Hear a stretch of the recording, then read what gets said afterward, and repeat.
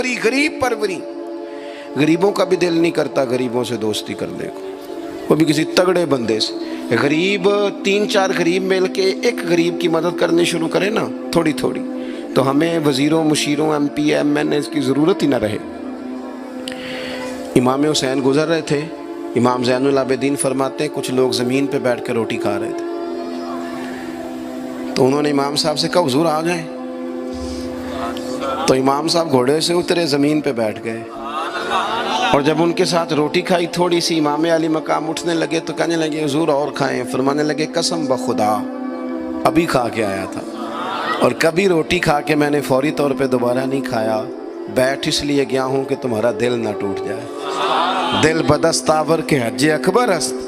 عزیز دوستو، غریب پروری، بہادری، اور سب سے بڑی بات یہ کہ قناعت پسندی، تھوڑے پہ گزارا. یہ جو ہم روز دکھ سناتے ہیں نا اپنے بیٹوں کے، بیٹیوں کے، پریشانیاں، آزمائیاں ہم نے طاری کر لی. میں اکثر کہتا ہوں کسی کی بیٹی اتنا کام نہیں کرتی اس کے ہاتھوں پہ چھالے پڑ جائیں، لیکن حضور کی بیٹی کرتی ہے. محبوب کی شہزادی یہ کام کرتی ہے کہ ہاتھوں پہ چھالے پڑ جائیں. نبی پاک صلی اللہ تعالیٰ علیہ وسلم کی شہزادی یہ کام کرتی تھی، ڈیوٹی کرتی تھی ذمہ داری سے. اور کنز المال میں وہ چمکتے دمکتے لفظ حدیث کے موجود ہیں کہ اونٹ کے بالوں کی بنی ہوئی چادر اوڑھ کے سیدہ فاطمہ چکی پیس رہی. محبوب نے دیکھا، آنکھوں میں آنسو بھی آئے. پتہ فرمایا کیا؟ فرمایا فاطمہ بیٹا دنیا میں تھوڑی سی تکلیف برداشت کر، آخرت کی ساری عزتیں اللہ تجھے ہی عطا فرمائے گا. اپنے گھروں کے اندر یہ خوبصورت ماحول لائیں. اور پھر سب سے بڑی بات یہ تھی کہ ان کا جو رشتہ تھا نا مصلی کے ساتھ. سبحان اللہ. یہ اذان کس کی ہے؟ اذان ایک کا ہی جواب دینا ضروری ہوتا ہے جی. زیادہ اذانیں ہو رہی ہیں نا تو ایک کا ہی جواب دیا جاتا ہے. آپ توجہ کریں میری بات پر. عزیز دوستو، نبی پاک صلی اللہ علیہ وسلم بڑی تگڑی ہے.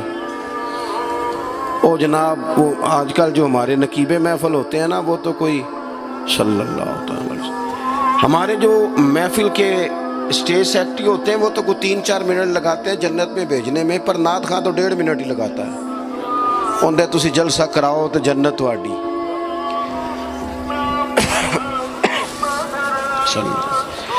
یاد رکھیں کہ نسبت کی مضبوطی ایک بڑی عظمت ہے. اللہ والوں کی نسبت بڑی چیز ہے، اور خدا دے یہ دولت تو یہ بڑی چیز ہے، یہ بڑی چیز ہے.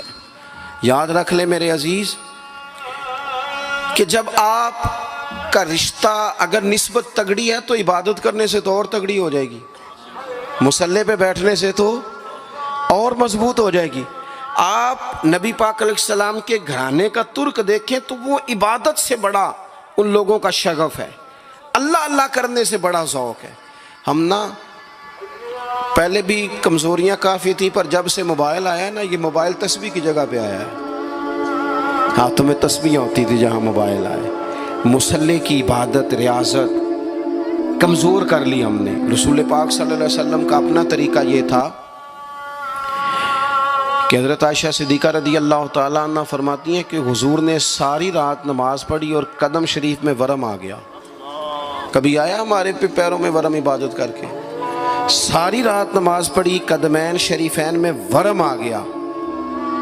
اور جب قدموں میں ورم آ گیا نا تو فرماتی ہیں میں نے عرض کی یا رسول اللہ آپ کے تو صدقے اللہ اگلے پچھلوں کے گناہ معاف کرے گا، اور آپ اس قدر زیادہ آہوزاری کرتے ہیں. تو نبی پاک علیہ السلام نے فرمایا عائشہ تم نے کہا ہے نا اللہ میرے اوپر بڑا مہربان ہے، اللہ بڑا کریم ہے، اس نے مجھے رسولوں کا امام بنایا ہے، اپنا محبوب بنایا. تم ہی کہہ رہی ہو نا یا رسول اللہ؟ ہاں. تو فرمایا پھر میں اپنے رب کا شکر گزار بندہ نہ بنوں. حضور کثرت سے عبادت کرتے. سیدہ فاطمہ رات کو زیادہ وقت مصلی پہ گزارتی. حضرت امام حسن اور حسین لمبی عبادت کرتے. 9-10 محرم کی درمیانی رات تھی. عمر بن سعد امام علی مقام کے پاس آیا، آ کے کہنے لگا حسین 2 ہی باتیں ہیں، یا جنگ کریں گے یا آپ بیعت کریں گے.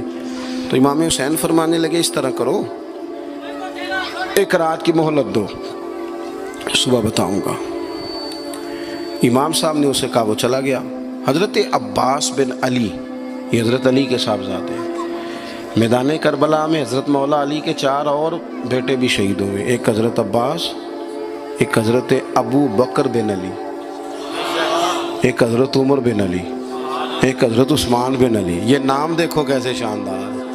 اور یہ نام حضرت علی نے نام رکھے اپنے یاروں کے نام پہ نام رکھے. خلفائے ثلاثہ سے عقیدت بتاتی ہے ان کی کتنی. تو حضرت عباس رضی اللہ تعالیٰ عنہ نے آ کے سیدنا امام حسین کی خدمت میں عرض کی، حضور آپ نے جو فیصلہ کرنا ہے نا سویرے، مجھے ابھی پتہ ہے، آپ نے بیعت تو کرنی نہیں، ہونی تو جنگ ہے. تو یا رسول اللہ صلی اللہ علیہ وسلم، اے امام علی مقام رضی اللہ تعالیٰ عنہ، آپ نے رات کی مہلت کیوں لی؟ یہ عجیب لوگ ہیں، پتہ نہیں کیا سوچیں گے، مہلت لینے کی کیا ضرورت تھی؟ کہ میری بات یاد رکھنا جو عرض کر رہا ہوں. امام حسین فرمانے لگے، عباس تیرا کیا خیال ہے، سوچنے کے لیے ٹائم لیا ہے تو حضور پھر کس لیے لیا ہے؟ تو کیا جملے ہیں امام حسین کے. فرمانے لگے، عباس تجھے پتا ہے نا مجھے سجدوں سے بڑا پیار ہے، سجدوں سے پیار ہے، دعاؤں سے پیار ہے، عبادت سے پیار ہے. میرا دل کرتا ہے ایک رات رہ گئی ہے میں رج رج کے سجدے کروں، اپنے مالک کے حضور اپنی پیشانی رکھوں، خوب دعائیں مانگوں. تو ان کا تو عبادت سے اتنا شغف تھا.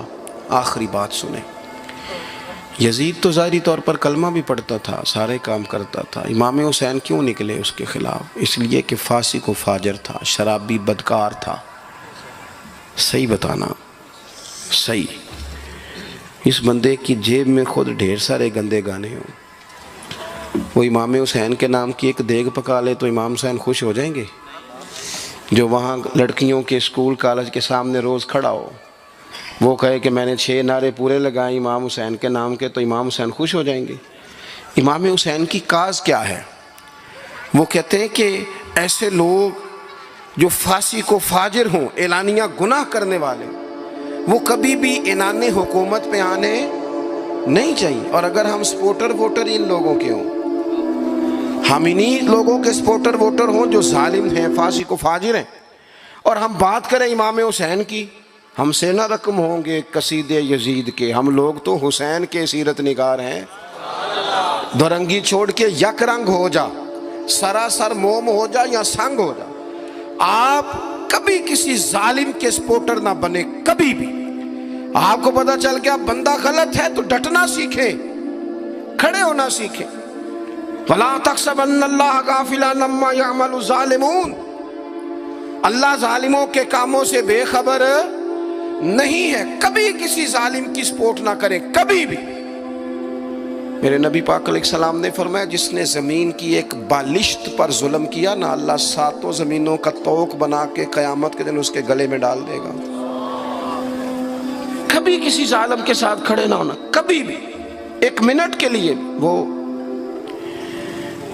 ایک دفعہ ایران کا ایک بادشاہ تھا، تو اس نے سوچا کہ میں اپنے بیٹے کو نا گھوڑ سواری سکھا لی ہے، تیر اندازی سکھائی ہے، تو میں نا اسے دین بھی پڑھاؤں.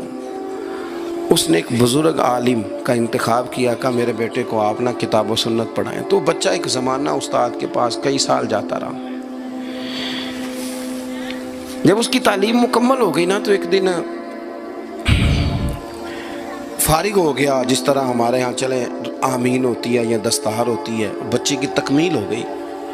ایک دن ویسے ہی استاد صاحب نے گھر بلایا، کہا پتر میرے پاس آؤ. بچہ چلا گیا تو استاد صاحب نے اندر سے کنڈی لگا لی اور بچے کو کافی سارے تھپڑ مارے، کھینچا، زد و کوب کیا، مارا. بچے نے گھر آ کے والد کو شکایت لگائی تو والد کہنے لگے، پتر تیرے استاد عالم فاضل بندے ہیں، ایسے بلا وجہ مارا، میری سمجھ میں نہیں آتا. ماں کو کہا تو اماں کہنے لگی، پتر تیرا باپ کہتا تو ٹھیک ہے، چلو حالات بدل گئے، زمانہ بیت گیا، وہ بادشاہ فوت ہو گیا، یہ بیٹا تخت پہ بیٹھا. اب وہ درد نہیں جاتا تھا اندر سے کہ استاد نے زیادتی کی میرے ساتھ. اس نے پہلا حکم یہ جاری کیا کہ میرے استاد کو بلاؤ. استاد بڑے بوڑھے ہو گئے تھے، ضعیف تھے، چھڑی پہ جھکے ہوئے. 2 بندے لے کے آئے، استاد جی کو کھڑا کیا، استقبال کیا، کرسی بھی دی. کہنے لگا، استاد جی ناراض نہ ہونا، میں بے اختیار تھا، آپ سے پوچھ نہیں سکا، آج میں نے پوچھنے کے لیے بلایا ہے، میرا قصور کیا تھا؟ استاد صاحب نے یوں آنکھیں کھولی، کہنے لگے، پتر یہ جو آج دن آیا نا، اسی دن کے لیے مارا تھا. یہ جو آج دن آیا ہے نا، اسی دن کے لیے تیری پٹائی کی تھی. کہا، استاد جی کیوں؟ کہنے لگے پتر کتنے کو سال ہو گئے مار کھائی کو؟ کہا کو 13-14 سال ہو گئے، بھولی تو نہیں نا زیادتی؟ کہا جی بھولی نہیں۔